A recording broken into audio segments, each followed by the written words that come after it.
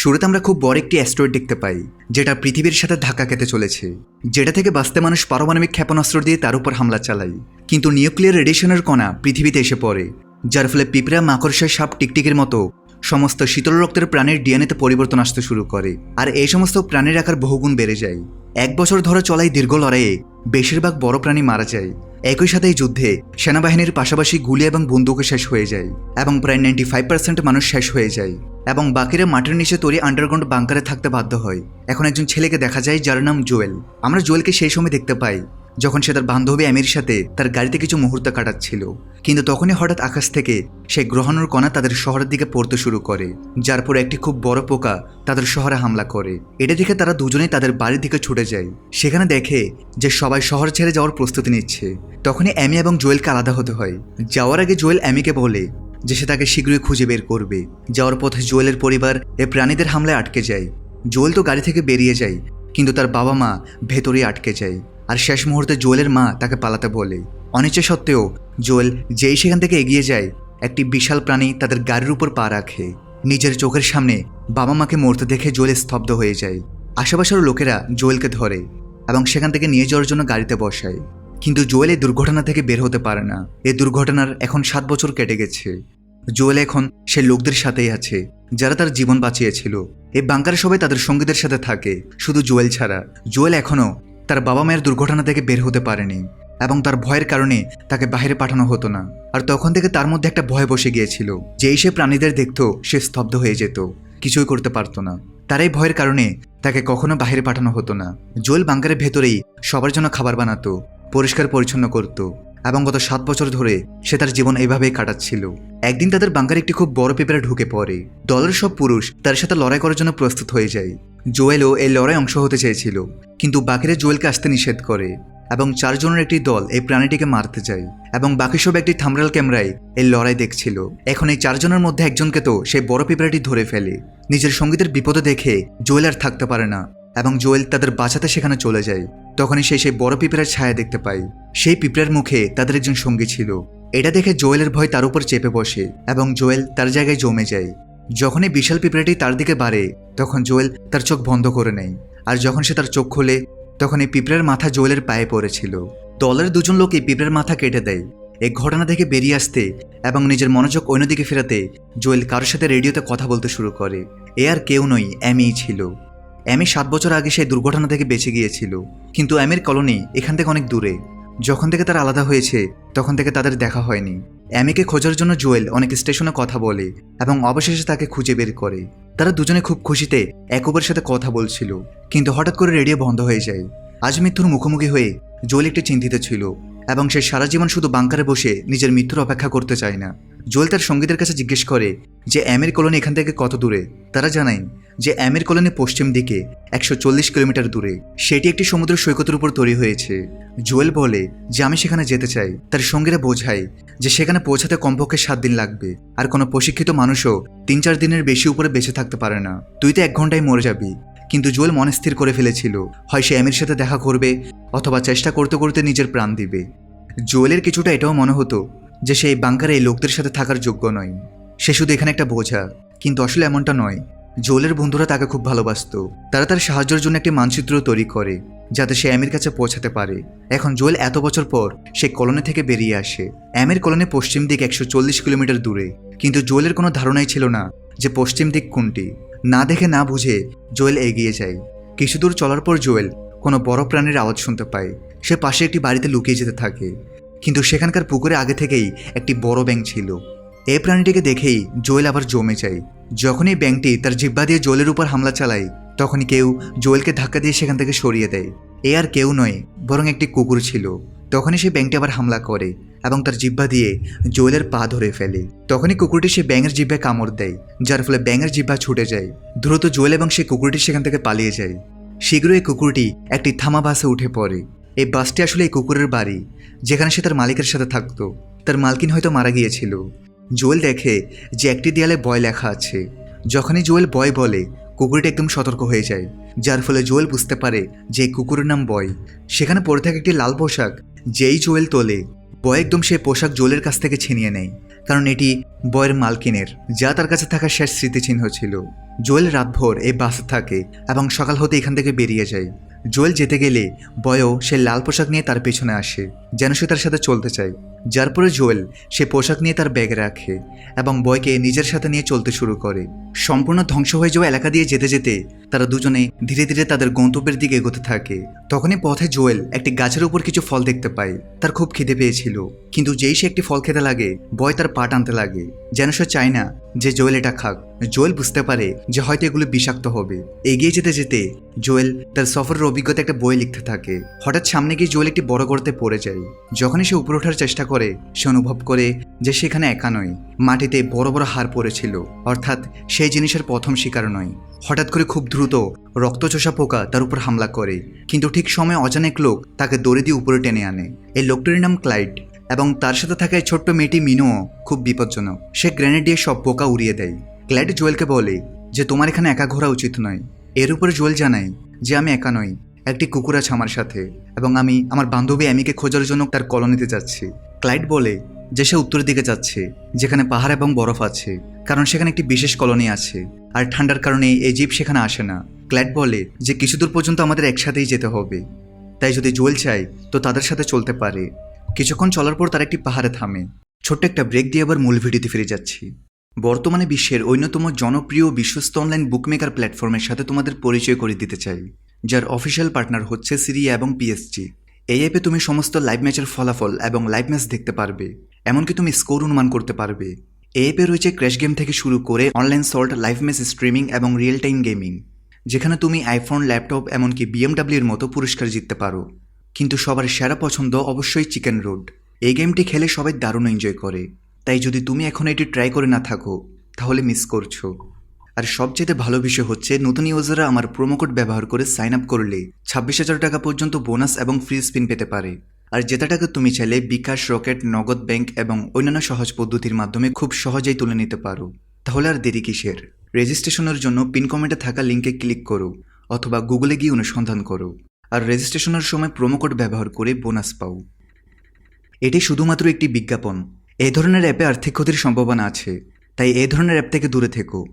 মিনো জোয়েলকে তীর চালানো শেখাচ্ছিল, কিন্তু জোয়েলের নিশানা খুবই খারাপ ছিল। মিনো জানায় যে তার বাবা তাদের কলোনির সেরা তীরন্দাজ অর্থাৎ তীর চালাতে এক্সপার্ট ছিল, কিন্তু যখন এই বিপজ্জনক প্রাণীদের একটি দল তাদের কলোনিতে একসাথে হামলা করে তখন মিনোর বাবার সাথে ক্লাইডের ছেলেও মারা যায়। তখন থেকে ক্লাইড এবং মিনো একসাথে একটি নিরাপদ কলোনির খোঁজে আছে, যেখানে তারা জীবন আরামে কাটাতে পারবে।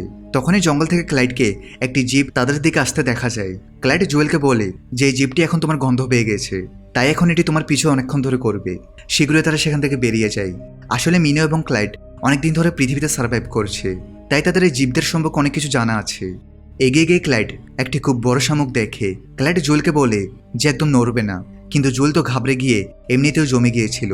ক্লাইড ধীরে ধীরে জোয়েলকে টি শার্টটি খুলতে বলে এবং টি শার্টটি সেই শামুকের উপর রাখে, আর শামুকটিও তাদের কোনো ক্ষতি করে না এবং সেখান থেকে চলে যায়। ক্লাইড এমনটা এই জন্যই করে কারণ এখন এই শামুক যেখানেই যাবে জোয়েলের গন্ধ ছড়াতে থাকবে, যার ফলে সেই জীব যে তাদের পিছনে পড়েছে সে একটু বিভ্রান্ত হয়ে যাবে। এর উপর জোয়েল জিজ্ঞেস করে যে এই শামুক আমাদের উপর হামলা কেন করলো না। ক্লাইডটাকে জানায় যে কিছু জীব ভালো হয়। মিনো বলে যে যদি তুমি কখনো বিভ্রান্ত হও তো তাদের চোখে দেখে নিও, তুমি বুঝতে পারবে।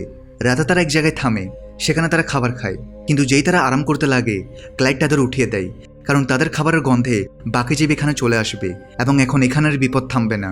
পরের দিন মিনো আবার জোয়েলকে ক্রসবোর প্রশিক্ষণ দেয়। মিনো বলে যে মনকে একদম শান্ত করে তীর চালাও, এবং জোয়েল যখনই এমনটা করতো তার প্রতিটি তীর একেবারে নিশানায় লাগতো। মিনো এটা দেখে খুব খুশি হয়ে যায় এবং জোয়েলকে জড়িয়ে ধরে। এই ছোট বয়সে নিজের পরিবার থেকে দূরে থাকা মিনোর এখন জোয়েলের মধ্যে নিজের বড় ভাইকে দেখতে শুরু করেছে। যাই হোক, এভাবে আরও কিছুদিন কেটে যায়। ক্লাইড এবং মিনো জোয়েলকে সব জীব থেকে বেঁচে থাকা শিখিয়েছে, এমন সব গাছপালা সম্পর্কে জানিয়েছে যা দিয়ে বিষাক্ত প্রাণীর বিষের প্রভাব শেষ করা যায়। সবার সম্পর্কে জানিয়ে শেষে তারা পৃথিবীতে থাকা সবচেয়ে বিপজ্জনক জীব সম্পর্কে জানায়, যার নাম স্যান্ড গোবলার। এই স্যান্ড গোবলার মাটির নিচে চলতে চলতে যে কোনো আওয়াজের খুব সঠিকভাবে পিছু করে, কিন্তু এদের মধ্যেও সবচেয়ে বিপজ্জনক হয় এদের রানী, যে আকার এদের থেকে বহুগুণ বড় হয় এবং তার একটি পাখা মাটির উপরে দেখা যায়। তারা বলে যদি রানীকে তোমার সামান্যতম আওয়াজও এসে যায় তো খেলা শেষ। আজ পর্যন্ত কোনো স্যান্ড গোবলার রানীর নজর থেকে কেউ বেঁচে ফেরেনি। মিনোর ও জোয়েলকে ক্রুজবোর প্র্যাকটিস করাতো এবং এখন জোয়েল দিন দিন আরও ভালো হয়ে যাচ্ছিল। এখন 5 দিন পর তারা সেই জায়গায় এসে যায় যেখান থেকে তাদের রাস্তা আলাদা হতে চলেছে। ক্লাইড জোয়েলকে বলে যে তুমি আমাদের সাথেই চলো, তোমার একা বেঁচে থাকা একটু মুশকিল, একসাথে থাকলে বেঁচে থাকার সম্ভাবনা বেশি। কিন্তু জোয়েলের শুধু অ্যামির সাথে দেখা করার ঝোঁক চেপেছিল। তার এই সিদ্ধান্তে মিনো খুব দুঃখী হয়। জোয়েল তাকে বোঝায় যে অ্যামি আমার জন্য খুব গুরুত্বপূর্ণ। মিনো শেষবারের মতো জোয়েলকে জড়িয়ে ধরে। অন্যদিকে ক্লাইড যাওয়ার সময় জোয়েলকে একটি গ্রেনেড দেয় এবং বলে যে যখন খুব দরকার পড়বে তখনই এর ব্যবহার করবে। এর পিন বের করার পর 5 পর্যন্ত গুনবে এবং তারপর ফেলবে। মনে রাখবে 5 পর্যন্ত গুনতে হবে। এখন দুই দলই নিজেদের পথে বেরিয়ে পড়ে। এখন জোয়েল এবং বয়কে 50 কিলোমিটার দূরত্ব একা পার করতে হবে। কিন্তু এই সফর খুব কঠিন হতে চলেছিল। কিছু দূর চলার পর তারা দুজন এক জায়গায় পৌঁছায়, যেখানে বয় কিছু অদ্ভুত আচরণ করতে শুরু করে এবং এখন সে আর এগোতে চায় না। ভয়ে সে একটি প্যাডাল বোটের নিচে লুকিয়ে পড়ে। জোয়েল বয়কে বাইরে বেরোনোর জন্য বলছিল। তখনই জোয়েলের পায়ের নিচ থেকে অনেকগুলো পা বেরিয়ে আসে। আসলে এটি খুব বড় একটি সেন্টিপিড ছিল। জোয়েল ভয় পেয়ে নিজের ক্রুজ বের করে, কিন্তু এই জীবটি জোয়েলের খুব কাছে চলে আসে। সে তার ল্যাজ দিয়ে জোয়েলকে ধরতে যাচ্ছিল। তখনই বয়ের ঘেউ ঘেউ শুনে সে ভয় পেয়ে যায় এবং তার ল্যাজ দিয়ে জোয়েলের উপর হামলা করে আর তাকে অনেক দূরে ফেলে দেয়। এখন এই জীবটি বয়কে মারার জন্য বোর্ডটিকে চারদিক থেকে ঘিরে তাকে উল্টে দেয়। অন্যদিকে জোয়েলের চোখের সামনে আবার নিজের মা বাবাকে হারানোর সেই দৃশ্য চলতে শুরু করে। কিন্তু এবার জোয়েল ভয়ে জমে যায় না। সে তার ভয়ের উপর কাবু করে উঠে দাঁড়ায় এবং ক্রুজ দিয়ে এই জীবের দিকে তীর চালায়। এই তীরটি এই জীবের ঘাড়ে গিয়ে লাগে, যার ফলে সে অনেক রেগে যায়। এখন বয়কে ছেড়ে সে দ্রুত সোজা জোয়েলের দিকে আসে, কিন্তু ঠিক সময় জোয়েল তীর চালিয়ে দেয়, যা সোজাই জীবের মাথায় গিয়ে লাগে। জোয়েলের এই হামলায় সে একেবারে মারা যায় না। জোয়েল ভয়ে কাঁপছিল।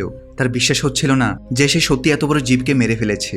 তখনই জোয়েল বয়কে দেখে এবং বয় দৌড়ে জোয়েলের কাছে আসে। জোয়েল তার বাবা মাকে বাঁচাতে না পারলেও আজ সে তার ভয়ের উপর কাবু করে বয়ের জীবন তো বাঁচিয়ে নিয়েছে। পরদিন সকালে তারা দুজনে একটি বড় গর্তের কাছে পৌঁছায় এবং বয় আবার অদ্ভুত আচরণ করতে শুরু করে। সে দৌড়াতে শুরু করে। জোয়েল বুঝতে পারে যে কোনো বিপদ কাছেই আছে। তখনই জোয়েল মাটির নিচ থেকে একটি জীবকে নিজের দিকে আসতে দেখে, যার একটি পাখা বাহিরে আছে। অর্থাৎ এটি তো রানী, স্যান্ড গোবলারদের রানী। জোয়েল বাসার জন্য একটি ছোট খেলনা দূরে ফেলে দেয়, যাতে রানী তার আওয়াজে সেই দিকে চলে যায় এবং যেদিকে জোয়েল সেই খেলনাটি ফেলেছিল স্যান্ড গোবলার কুইন সেখানে মাটি ফেটে বেরিয়ে আসে। জোয়েল সময় নষ্ট না করে সেখান থেকে দৌড়ায় এবং রানী তার পেছনে দৌড়ায়। দৌড়াতে দৌড়াতে জোয়েল হঠাৎ নিচে পড়ে যায় এবং তার ব্যাগ তার কাছ থেকে ছুটে যায়। জোয়েল বয়ের পেছনে পেছনে একটি গাছের কাণ্ডে লুকিয়ে পড়ে। জোয়েল বয়ের মুখ বন্ধ করে দেয় যাতে কোনো আওয়াজ না আসে এবং যখন কোনো আওয়াজ আসে না তখন সে রানী সেখান থেকে যেতে শুরু করে। কিন্তু তখনই জোয়েলের ব্যাগ থেকে বয়ের মালকিনের লাল পোশাক নদীতে পড়ে যায়। এটা দেখে বয় নিজের জীবনের পরোয়া না করে সে পোশাক বাঁচাতে দৌড়ায়। জোয়েল তাকে থামানোর চেষ্টা করে, কিন্তু বয় থামে না। এখন কুইন আবার তাদের দিকে আসতে শুরু করে। বয়কে বাঁচানোর জন্য জোয়েল নিজের ব্যাগের দিকে দৌড়ায় এবং সে গ্রেনেড বের করে। পিন বের করে জোয়েল সে 5 পর্যন্ত গুনতে শুরু করে, তবে গ্রেনেড তার হাত থেকে পিছলে যায়। যেই জোয়েল গ্রেনেড তুলতে লাগে কুইন সেখানে চলে আসে এবং জোয়েলের উপর আক্রমণ করে। কিন্তু জোয়েল সে গ্রেনেড তাড়াতাড়ি করে কুইনের মুখে ঢুকিয়ে দেয় এবং নিজে নদীতে ঝাঁপ দেয়। তারাই হামলায় কুইন ছিন্ন বিচ্ছিন্ন হয়ে যায়। জোয়েল খুশিতে পাগল হয়ে যায়, কিন্তু সে বয়ের উপর খুব রেগেছিল। যেই জোয়েল জল থেকে বেরোয় সে দেখে যে জোকের মতো কিছু জীব তার পুরো শরীরে লেগে আছে। ঘাবড়ে গিয়ে জোয়েল এই জোকগুলোকে এক এক করে নিজের শরীর থেকে বের করতে শুরু করে। একই সাথে সেই পুরো ঘটনার জন্য বয়কে দায়ী মনে করে। জোয়েল বয়কে বকা দিচ্ছিল যে এই বাজে পোশাকের জন্য আমাদের দুজনেরই জীবন চলে যেত। বয় কথায় রেগে যায় এবং জোয়েলকে ছেড়ে একা চলে যেতে থাকে। শীঘ্রই জোয়েল জোকের বিষয়ে টলতে শুরু করে। বিষের কারণে তার বিভ্রম হতে শুরু করে। সে বিভিন্ন জিনিসপত্র দেখতে শুরু করে। এই মাতাল অবস্থায় সে কিছু দূরে গিয়ে বেহুশ হয়ে যায়। তখনই সে সেই গাছটি দেখে যা বিষ কাটাতে পারে। জোয়েল তাড়াতাড়ি সেই গাছটি খেয়ে নেয় এবং নেশার অবস্থায় এগোতে শুরু করে, কিন্তু তার মধ্যে বেশি চলার সক্ষমতা ছিল না। তাই জোয়েল এক জায়গায় গিয়ে বসে পড়ে, যার পরে হঠাৎ করে জোয়েল সেখানে অ্যামিকে দেখতে পায়। 7 বছর পর অ্যামিকে আবার দেখে জোয়েল তাকে কিস করে দেয় এবং আবার বেহুশ হয়ে যায়। যখন তার হুঁশ আসে সে দেখে যে জোয়েল এখন অ্যামির কলোনিতে আছে। অ্যামিকে সত্যি নিজের সামনে দেখে জোয়েল খুব খুশি হয়। অ্যামি তাকে আরাম করতে বলে, সাথে জানাই যে তুমি আমাকে নয় বরং ওই বুড়োকে কিস করেছিলে। এরপর অ্যামি জানাই যে তাদের কলোনিতে কিছু লোক এসেছে, যাদের মধ্যে একজন জাহাজের ক্যাপ্টেন, এবং সেসব লোককে একটি নিরাপদ জায়গায় নিয়ে যেতে চায়। জোয়েলের কথাগুলো কিছু অদ্ভুত লাগে, কিন্তু তখনই অ্যামি কোনো কাজে সেখান থেকে চলে যায়। যখন জোয়েল নিজের ঘর থেকে বাইরে আসে তখন সেই জায়গার সৌন্দর্য দেখে সে অবাক হয়ে যায়। ক্যাপ্টেন বলে যে জাহাজ চালানোর জন্য জ্বালানি কোথা থেকে আনবো, তাই তারা একটি খুব বড় কাঁকড়াকে ধরে রেখেছিল যা তাদের জাহাজ টানে, এবং বিনিময়ে তারা যে কলোনিগুলো লুট করে তাদের লোকদের কাঁকড়ার খাবার বানিয়ে দেয়। যেই ক্যাপ্টেন রিমোটের সুইচ টিপে একটি কালো ছায়া সমুদ্র থেকে তাদের দিকে আসতে শুরু করে সবাই সেখান থেকে পালানোর চেষ্টা করতে শুরু করে। তখনই আমি পুরো শক্তি দিয়ে নিজের হাত খোলার চেষ্টা করে এবং সে সফল হয়ে যায়। একই সাথে সে জোয়েলকেও ছাড়িয়ে নেয়। আমি বলে যে আমি এই তিনজনের সাথে লড়ছি, তুমি কাকড়াটাকে সামলাও। এখন আমি গেটের টুকরো নিয়ে তাদের মধ্যে একজনের দিকে গুলি থেকে বাঁচতে বাঁচতে দৌড়াই এবং তার উপর হামলা করে, যার পরে তারা দুজনেই বেহুশ হয়ে যায়। অন্যদিকে সেই কাকড়া কাছে আসছিল। জোয়েল কাছে পড়ে থাকা একটি রড তোলে এবং কাকড়ার দিকে দৌড়ায়। সেই কাকড়া যেই জোয়েলের উপর ঝাঁপ দেয়, জোয়েল নিজের রড দিয়ে তাকে মেরে উল্টে দেয়। উল্টো পড়ার কারণে সে কাকড়া এখন উঠতে পারছিল না। যেই জোয়েল সে কাকড়াটাকে মারার জন্য এগোয়, ক্যাপ্টেন নিজের রিমোট দিয়ে সে কাকড়াটাকে বিদ্যুতের ঝটকা দেয়, যার পরে সে কাকড়া ঝন করে উঠে দাঁড়ায় এবং সে জোয়েলের উপর ভয়ঙ্কর হামলা করে। এবারে যখন আমির হুশ আসে, সে নিজের সামনে ডায়নাকে দেখে এবং তাদের দুজনের মধ্যে লড়াই শুরু হয়ে যায়। কিন্তু ডায়না আমিকে সহজে হারিয়ে দেয়। এদিকে সে কাকড়া জোয়েলের দিকে বাড়ছিল। তখনই হঠাৎ সেখানে ভয় চলে আসে এবং সে কাকড়াও জোয়েলের মাঝে দাঁড়িয়ে পড়ে। সে কাকড়া ভয়কে দেখে একটু শান্ত হয়ে যায়। ক্যাপ্টেন ডায়নাকে বলে যে কুকুরটাকে মেরে ফেলো। যেই ডায়না নিজের হাতে লাগানো রকেট লঞ্চার চালাতে লাগে, অ্যামি তার হাতে আঘাত করার ফলে ডায়নার নিশানা বদলে যায় এবং সেই গ্রেনেড সোজা সে কাকড়ার গায়ে গিয়ে লাগে। এই হামলায় কাকড়ার খুব আঘাত লাগে। তখনই ক্যাপ্টেন নিজে নিচে আসে এবং অ্যামিকে এমনভাবে মারে যে সে বেহুশ হয়ে যায়। ওদিকে গ্রেনেড লাগার কারণে সে কাকড়া খুব রেগেছিল এবং সে ক্যাপ্টেনকে মারতে তার দিকে আসতে শুরু করে, কিন্তু ক্যাপ্টেন আবার তাকে শক দিয়ে দেয় এবং সে কাকড়া আবার জোয়েলের দিকে ঘুরে যায়। ওদিকে জোয়েল বয়কে অ্যামির কাছে যেতে বলে তার সুরক্ষার জন্য। বয় কোনোভাবে অ্যামিকে জাগানোর চেষ্টা করে। সুযোগ পেয়ে সেই তিন চোর সেখান থেকে বেরিয়ে যায় এবং এই জীব এখন জোয়েলের উপর একের পর এক হামলা করছিল। তখনই অ্যামির হুশ আসে এবং সে নিজের সামনে পড়ে থাকা গ্রেনেড গান তুলে নেয়। এখন এই জীবটি জোয়েলকে তার পা দিয়ে ধরে ফেলে। জোয়েল অ্যামির কাছ থেকে সে গান চায়। তাড়াতাড়ি অ্যামি তাকে বন্দুক দেয় এবং জোয়েল ট্রিগার টিপতে যাচ্ছিল, কিন্তু তখনই সে কাকড়ার চোখে দেখে। জোয়েলের হঠাৎ মিনোর কথা মনে পড়ে যে কোনো জীবের চোখে দেখে বলা যায় যে সে খারাপ কিনা। এই জীবের চোখে জোয়েল শুধু কষ্ট দেখতে পাচ্ছিল। শিকলের সাহায্যে তাকে বারবার শক দেওয়া হচ্ছিল। জোয়েল শিকলের দিকে নিশানা লাগায় এবং কাকড়াকে মুক্ত করে দেয়। এরপর কাকড়া জোয়েলের উপর একদমই হামলা করে না। যেই জোয়েল নিচে পড়ে, অ্যামি তার কাছে চলে আসে। তখনই সে কাকড়া জোয়েলের কাছে আসতে শুরু করে, কিন্তু কাছে সে এমনভাবে থামে যেন সে জোয়েলকে তার স্বাধীনতার জন্য ধন্যবাদ জানাতে চায় এবং তারপর সে ক্যাপ্টেনের জাহাজের দিকে বাড়তে শুরু করে। ক্যাপ্টেন এই সময় জাহাজে পৌঁছে গিয়েছিল। সে নিজের রিমোট দিয়ে কাকড়াকে শক দেওয়ার চেষ্টা করে, কিন্তু কিছুই হয় না। এখন সে বুঝতে পারে যে তার কাহিনী শেষ হতে চলেছে। এরপরে সে কাকড়া এক এক করে সেই তিনজনকে জীবিত গিলে ফেলে এবং একই সাথে তাদের জাহাজও ভেঙে দেয়। এইসব হয়ে যাওয়ার পর জোয়েল এখন নিজের কলোনিতে ফিরে যাওয়ার জন্য প্রস্তুত হয়ে যায়। কিন্তু জোয়েল যে বাহাদুরের সাথে অ্যামি এবং তার পুরো কলোনির জীবন বাঁচিয়েছিল, এটা দেখার পর অ্যামি আবার জোয়েলকে পছন্দ করতে শুরু করেছিল এবং সে জোয়েলকে থামতে বলে। কিন্তু জোয়েল বলে যে আমার বন্ধুদের আমার প্রয়োজন, তাই আমাকে তো যেতেই হবে। জোয়েল অ্যামিকে এই জীবদের সাথে লড়াই করার জন্য নিজের লেখা বই দেয়, যার মধ্যে সে জীবগুলোর দুর্বলতা লিখেছে। জোয়েল অ্যামিকে ধন্যবাদ বলে, কারণ তার জন্যই জোয়েল এখান পর্যন্ত এসেছে এবং এই যাত্রা তার জীবন বদলে দেয়। যাওয়ার সময় জোয়েল সাহস করে অ্যামিকে কিস করেই দেয়। এরপর অ্যামি বলে যে তুমি তো আমার জন্য 140 কিলোমিটার সফর পার করেছো, এবার তোমাকে খুঁজতে খুঁজতে আমি আসবো। এবং এরই সাথে এই মুভির এখানেই সমাপ্তি ঘটে। তো তোমাদের মতে অ্যামিকে দ্বিতীয় সুযোগ দেওয়া যায় কিনা কমেন্টে অবশ্যই জানাবে। দেখা হচ্ছে পরের ভিডিওতে। সবাই ভালো থাকো, সুস্থ থাকো।